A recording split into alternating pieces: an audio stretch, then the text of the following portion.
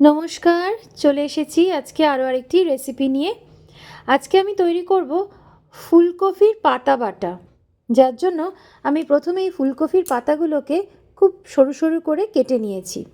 সঙ্গে নিয়েছি 5 কোয়া রসুন আর 2টো কাঁচা লঙ্কা। সঙ্গে থাকুন, দেখতে থাকুন। বাঁধাকপির পাতাটা ভালোভাবে ধুয়ে আমি এই মিক্সি জারে নিয়ে নিয়েছি। সঙ্গে নিয়ে নিয়েছি 5 কোয়া রসুন আর 2টো লঙ্কা। এবার এটাকে আমি ভালো করে পেস্ট করে নেব। বাঁধাকপির পাতা রসুনের সঙ্গে এবং লঙ্কার সঙ্গে আমি বেটে নিয়েছি। এবারে আমি কড়াইতে তেল দেব, দিয়ে দিচ্ছি একটু তেল।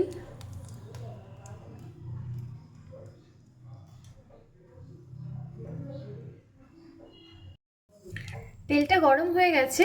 এবার আমি এর মধ্যে দিয়ে দিচ্ছি কিছুটা চিনেবাদাম বা গ্রাউন্ডনাটস।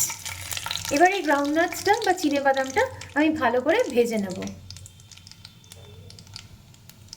ভেজে রাখা বাদামটা আমি একবার মিক্সি মেশিনে গুঁড়িয়ে নিয়েছি। খুব মিহি করব না, একটু যেন দানা দানা থাকে। কড়াইতে যে তেলটা ছিল তার মধ্যেই আমি 2টো শুকনো লঙ্কা ভেজে নিয়েছি। এরপর আমি এর মধ্যে দেব কালো জিরে ফোড়ন।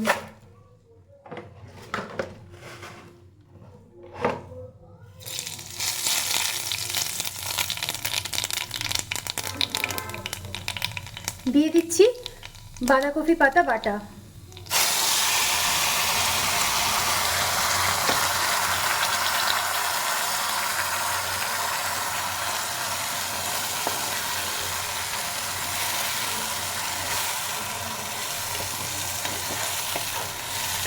এবার এটা ততক্ষণ পর্যন্ত আমরা নেড়ে যাব বা স্টার করব যতক্ষণ না এটা জল জল ভাবটা কেটে যাচ্ছে।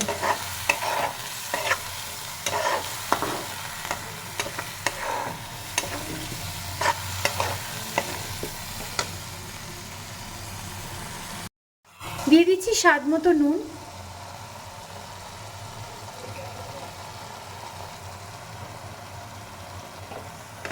আবার ভালো করে মিক্স করে নেব। ওয়েট করতে হবে যতক্ষণ না পর্যন্ত শুকনো শুকনো হয়ে যাচ্ছে বা ঝুড়ো ঝুড়ো হয়ে যাচ্ছে।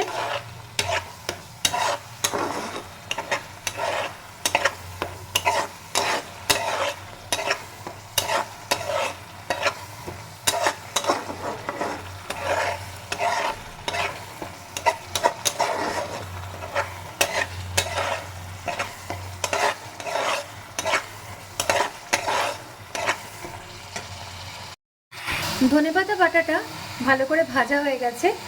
এবার আমি বাদামের গুঁড়োটা দিয়ে দিচ্ছি।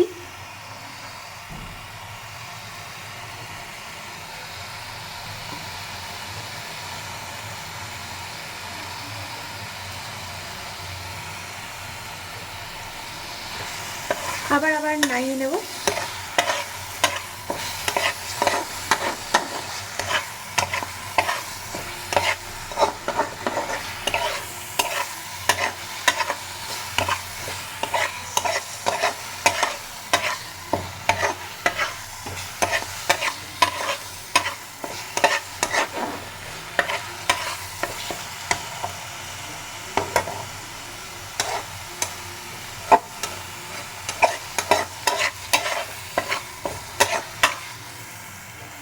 বাঁধাকপি পাতা বাটা রেডি টু সার্ভ।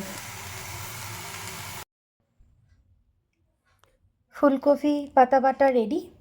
এর মধ্যে আমি ওপর থেকে বেঁচে যাওয়া বাদামের গুঁড়োটা দিয়ে দিয়েছি। শীতকালে গরম ভাতে এটা জাস্ট জমে যাবে।